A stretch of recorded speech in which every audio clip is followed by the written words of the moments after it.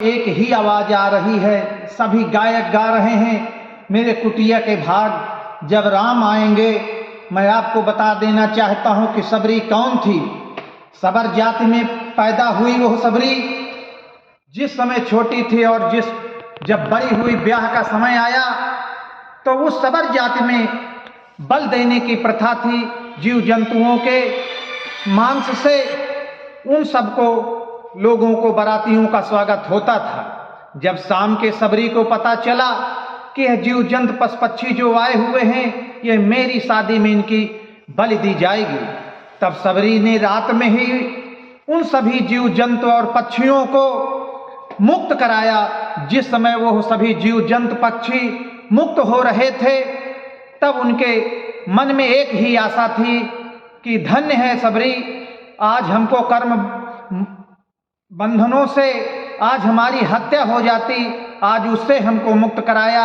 हम भगवान से कल्पना करेंगे कि तुमको जन्म और मृत्यु के इस आवागमन से मुक्ति मिले।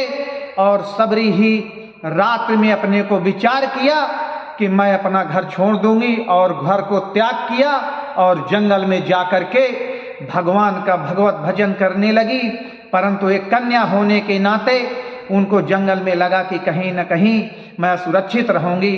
तब वो एक कुटी के पास जाकर आश्रय लिया, और उस कुटी के पास आश्रय लेकर चुपके से झाड़ियों में रहती थी। और संत महात्मा उन गलियों से होकर नदी स्नान के लिए जाते थे और उस रास्ते को बुहारती थी, उनके रास्तों से कांटे कंकड़ को हटाती थी। संत महात्माओं ने आते जाते यह कृत्य देखा तो वो उन्होंने सोचा कि कोई न कोई इस रास्ते में है जो हमारे इस कार्य में सहयोग कर रहा है। मैं ये बताना चाहता हूँ कि जब कोई भी व्यक्ति समाज के किसी अच्छे कार्य को करता है, संत महात्माओं की सेवा करता है, तो उनके कष्ट निश्चित दूर होते हैं। परंतु संत महात्माओं ने विचार किया कि कोई न कोई हमारी सहायता कर रहा है, तो हमारी तपस्या को ले रहा है, चुरा रहा है। तब उन्होंने एक दिन अपने मतंग ऋषि से बताया, और मतंग ऋषि ने कहा कि ठीक है। और उन्होंने जब वाच किया, ताड़ा देखा, तो सबरी जी मिली। सबरी जी को गुरुदेव के पास लाए।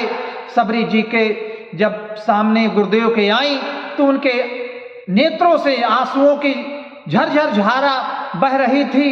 वो सोच रहे थे कि आज से हमको इन संत महात्माओं की कृपा छूट जाएगी, मैं एक अछूती हूँ और सेवा से विरक्त हो जाऊंगी। जब मतंग ऋषि ने उनकी भक्ति को देखा, तब कहा कि तुम्हें डरने की कोई बात नहीं, आज से मैं आश्रय देता हूँ और मैं आपको गुरुमुख करता हूँ, आपको भक्ति का मार्ग बताता हूँ। और उन्होंने वह भीलिनी को राम नाम का मंत्र दिया और आश्रम में ही आश्रय दिया। उस समय जितने भी संत महात्मा ऋषि थे, उन्होंने मतंग ऋषि का विरोध किया कि यह नीच जात की महिला को उन्होंने गुरुदक्षिणा दिया।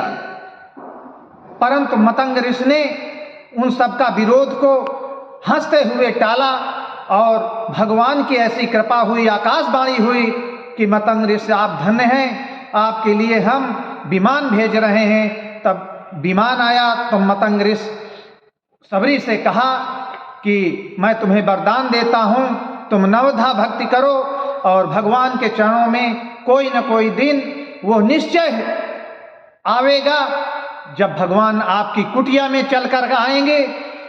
सबरी उस दिन से बराबर इंतजार करती थी, रोज उस रास्ते को बुहारती थी। एक दिन संत महात्माओं का फिर से आगमन हुआ, वो जा रहे थे, देर हो गई थी सबरी को। उस झाड़ू से एक कंकड़ जाकर उन संत महात्माओं के पैर में लगा। उन संत महात्माओं ने उस सबरी को इतना धिक्कारा कि तुम अछूती हो और तुम्हारी झाड़ू से लगा हुआ एक कंकड़ हमको पैरों में टकराया है, हम अछूते हो गए, और तुम्हारी इतनी मर्जाल कि हम लोगों को तुमने इस पथ से पृथक किया। परंतु जब वो आगे बढ़े और नदी में स्नान करने के लिए पहुँचे, और जो ही नदी में पहुँचे तो उस नदी के जल से दुर्गंध आने लगी। वो संत महात्मा सब लौट आए और आकर के अपने अपने कुटियों में आश्रय लिया और घमंड के चूर में वो चूर थे। होते करते दिन बीते, रोज सबरी फल चुनती और भगवान के लिए पुष्प बिछाती, उनकी भक्ति करती, सेवा करती और उनके चरणों में अपना प्रेम लगाती। एक दिन हुआ जब भगवान आए तो वो सारे संत महात्माओं की कुटिया को में नहीं गए जिनके मन में घमंड था, और सीधे उन्होंने अपने भक्त के उस छोटी सी कुटिया में पधारे। जिस समय पधारे तो सबरी को दर्शन दिया। सारे संत महात्माओं ने देखा, उनका घमंड चूर हुआ और उन्होंने कहा कि चल के हमको भगवान के चरणों में कम से कम न हो सके तो उनके दर्शन मात्र से ही लाभ ले लें। जब भगवान के दर्शन हुए और भगवान से उस नदी के विषय में, जल की दुर्गंध के विषय में बताया, तब भगवान से कहा कि भगवान आप उस नदी के जल को अपने पैरों से यदि छू लेंगे तो निश्चित तौर पर वह जल पवित्र हो जाएगा, क्योंकि आपके रस धूल से वह शिला पवित्र हो गई थी, पुनः स्त्री रूप में हो गई थी। भगवान ने कहा कि मेरे चरणों के उससे वह नदी पवित्र नहीं होगी, कहीं न कहीं आपके हृदय में कोई न कोई ऐसी कुंठा है। तब उन्होंने पूरा विषय बताया। भगवान ने कहा कि उस जल को कोई पवित्र कर सकता है तो वो सबरी के चरणों का जल है। परंतु वो भी मद में थे, फिर नहीं माने। फिर जब दोबारा भगवान ने उनको कहा तब उन सभी संत महात्माओं ने सबरी जी के चरणामृत लिया, स्वयं पिया और नदी में डाला तो उस नदी से दुर्गंध जो थी वो स्वच्छ जल में हो गई।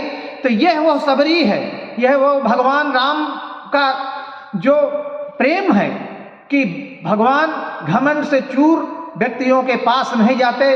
वो सदैव निर्मल मन मोहयति भावा मोह कपट छिलछित्र न भावा, वो सदैव सरल लोगों के पास जाते हैं।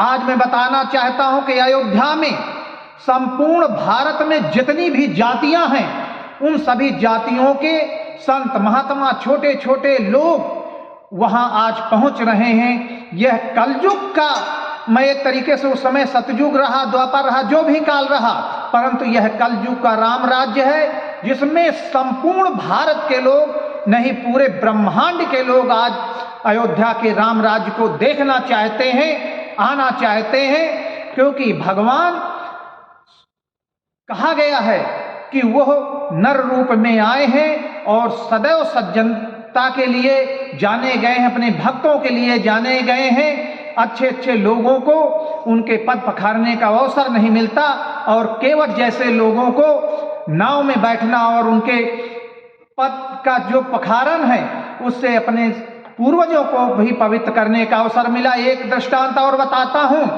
कि हनुमान जी एक गरीब परिवार में, बानर परिवार में बाल सुग्रीव के साथ रहते थे, वहां पले बढ़े थे और भगवान की भक्ति कर कर आज वो स्वयं भगवान रूप में हो गए।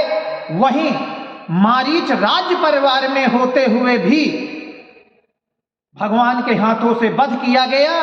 तो बड़े घर में जन्म लेने से नहीं होता, व्यक्ति के कर्मों का जो फल होता है वो होता है।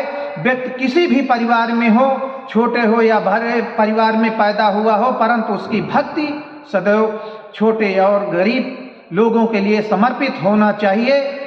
आज के इस पावन पर्व पर मैं उस सबरी के चरणों में श्रद्धा सुमन अर्पित करते हुए संपूर्ण लोगों को आह्वान करता हूं कि हम सब मिलजुल करके रहें। कोई बड़ा छोटा नहीं होता, सभी जातियां, सभी धर्म समान हैं। जय हिंद, जय भारतीय जनता पार्टी।